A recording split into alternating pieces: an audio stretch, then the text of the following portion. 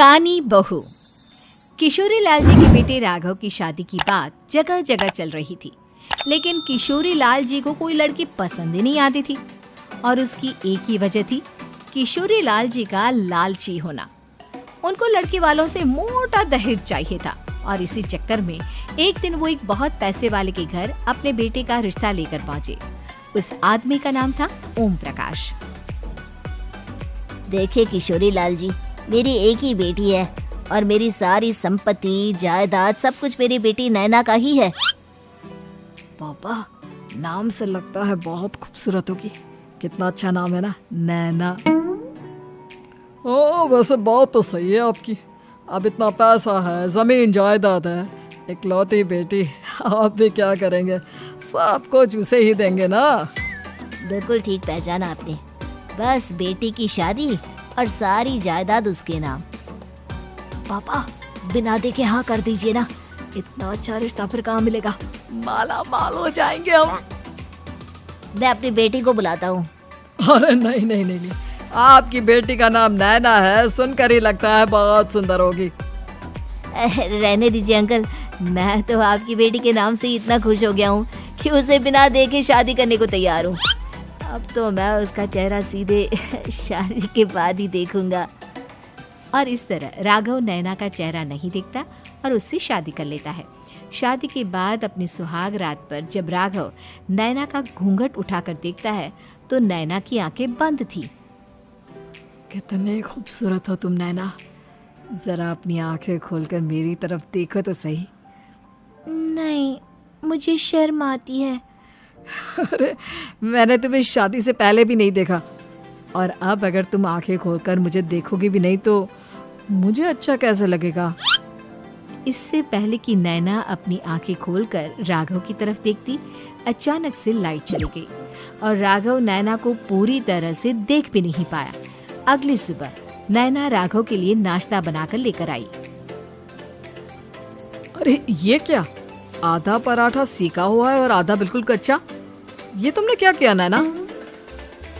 बहू, तुमने क्या आधा पराठा तवे से नीचे लटका कर रखा था, जो आधा सेका है और आधा कच्चा?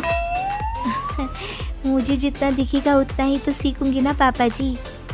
जहाँ जहाँ मुझे नजर आ रहा था वहाँ मैंने सीख लिया, जहाँ जहाँ नहीं दिखा वहाँ कच्चा रह गया होगा। इसका क्या मतलब है? ये कैसा मजाक कर रही है तुम? अरे बहू, तुमने इतना लंबा घूंघट क्यों लगाया हुआ है? देखो, हमारे घर में बहुओं को बेटी की तरह रखा जाता है, और फिर तुम तो इतना सारा माल लेकर आई हो। देखो, ये घूंघट डालकर रखने की कोई जरूरत नहीं है। हाँ नैना, पापा जी ठीक कह रहा है, तुम तो आराम से रहो, अपना ही घर समझो। नैना अचानक से अपना घूंघट उठा लेती है। अरे ये क्या पापा, नैना की तो एक आंख फूटी हुई है। नाम से नैना, लेकिन ये तो कानी बहू निकली। मेरे साथ धोखा हुआ है, धोखा। बिना दिखाए अपनी कानी लड़की मेरे संग ब्याह दी। मुझे कानी भी नहीं चाहिए। मुझे अभी ओम प्रकाश जी से बात करनी पड़ेगी। आखिर उन्होंने मेरे साथ ऐसा किया क्यों? अरे आप लोगों ने ही तो पापा से कहा था कि आप लोग शादी से पहले मुझे देखना नहीं चाहते। अब मेरे पापा पर क्यों इल्जाम लगा रहे हैं? अरे लेकिन उन्हें बताना तो चाहिए था ना कि तुम कानी हो, एक आंख से तुम्हें दिखाई नहीं देता। किशोरी लाल और राघव नाराज होकर ओम प्रकाश को अपने घर बुलाते हैं। पापा जी, ये आपने क्या किया? शादी से पहले बताया क्यों नहीं कि नैना की आंखों में परेशानी है? अरे आप ही ने तो लड़की देखने से मना कर दिया था। और लेकिन आप बता तो सकते थे। आपको तो हमारी बेटी की प्रॉपर्टी चाहिए थी, वो भी पूरी की पूरी। अब क्या हुआ अगर उसे आधा दिखाई देता है? प्रॉपर्टी तो आपको पूरी मिल गई ना। अरे ये क्या बात हुई? मेरी शादी प्रॉपर्टी से नहीं, आपकी बेटी से हुई है।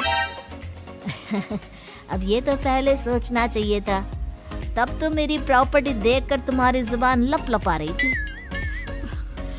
लेकिन मैं कानी लड़की को अपनी बीवी बनाकर नहीं रख सकता। पापा कुछ करिए ना आप। हाँ करता हूँ। देखिए ओम प्रकाश जी, आप हमारे साथ ऐसा नहीं कर सकते। और तुम देखो, अगर तुमने मेरी बेटी से शादी तोड़ी ना, तो जो भी प्रॉपर्टी मैंने तुम्हें दी है वो तो पूरी की पूरी वापस ले ही लूंगा, और आधी प्रॉपर्टी तुम्हारी भी लूंगा। अरे मेरी आधी प्रॉपर्टी भला क्यों लेंगे आप? इसलिए क्योंकि मेरी बेटी को आधा नजर आता है और उसकी नजर अभी तक तुम्हारी आधी जायदाद पर ही पड़ी है। अब तुम उसे घर से निकालोगे तो कुछ तो लेकर जाएगी ना। और अगर हम आपकी बेटी को अपने घर की बहू बनाकर रखे तो? तो तुम्हारी पूरी प्रॉपर्टी तुम्हारी ही रहेगी, और जो मैंने तुम्हें दिया है ना, उसमें से बस मैं आधा लेकर जाऊंगा।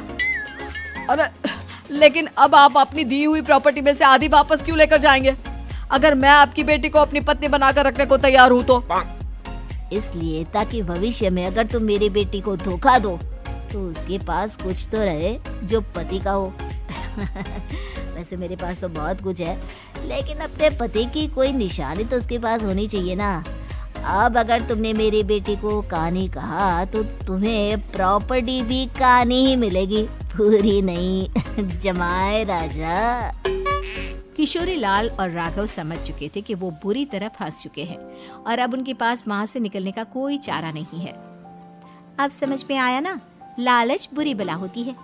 एक तो तुम्हें प्रॉपर्टी मिली, ऊपर से बीवी मिली, उसमें तुम्हें नखरे भी दिखाने हैं।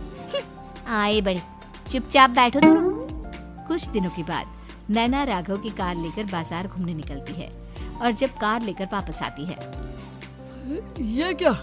एक तरफ से मेरी गाड़ी पूरी खराब हो चुकी है। लगता है तुमने मेरी गाड़ी को किसी दूसरी गाड़ी के साथ एक्सीडेंट किया है। अरे अरे कितना बड़ा नुकसान कर दिया तुमने बहू।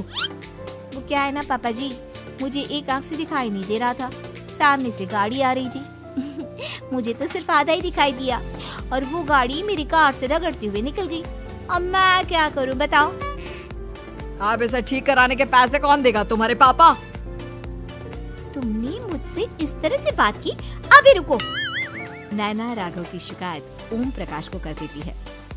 देखो राघव, अब जो मेरी आधी प्रॉपर्टी तुम्हारे पास थी ना, उसमें से आधी और मैं लेकर जाऊंगा, क्योंकि तुमने मेरी बेटी को डांटा। अरे नहीं नहीं पापा जी, गलती हो गई, माफ कर दो। गलती की तो कोई गुंजाइश ही नहीं। अगली बार मेरी बेटी को डांटा तो बची हुई आधी में से आधी और ले जाऊंगा। लालच के चक्कर में हम दोनों ने बहुत बड़ी गलती कर दी बेटा। एक तो तुम्हें कानी बहू मिली और ऊपर से जो माल मिला वो भी काना। इस तरह राघव की हर एक गलती पर ओम प्रकाश उसकी प्रॉपर्टी का आधा आधा हिस्सा लेकर अपना सारा माल वापस ले गया और राघव को कानी बीवी से काम चलाना पड़ा। ये लालच वाकई में बुरी बला है।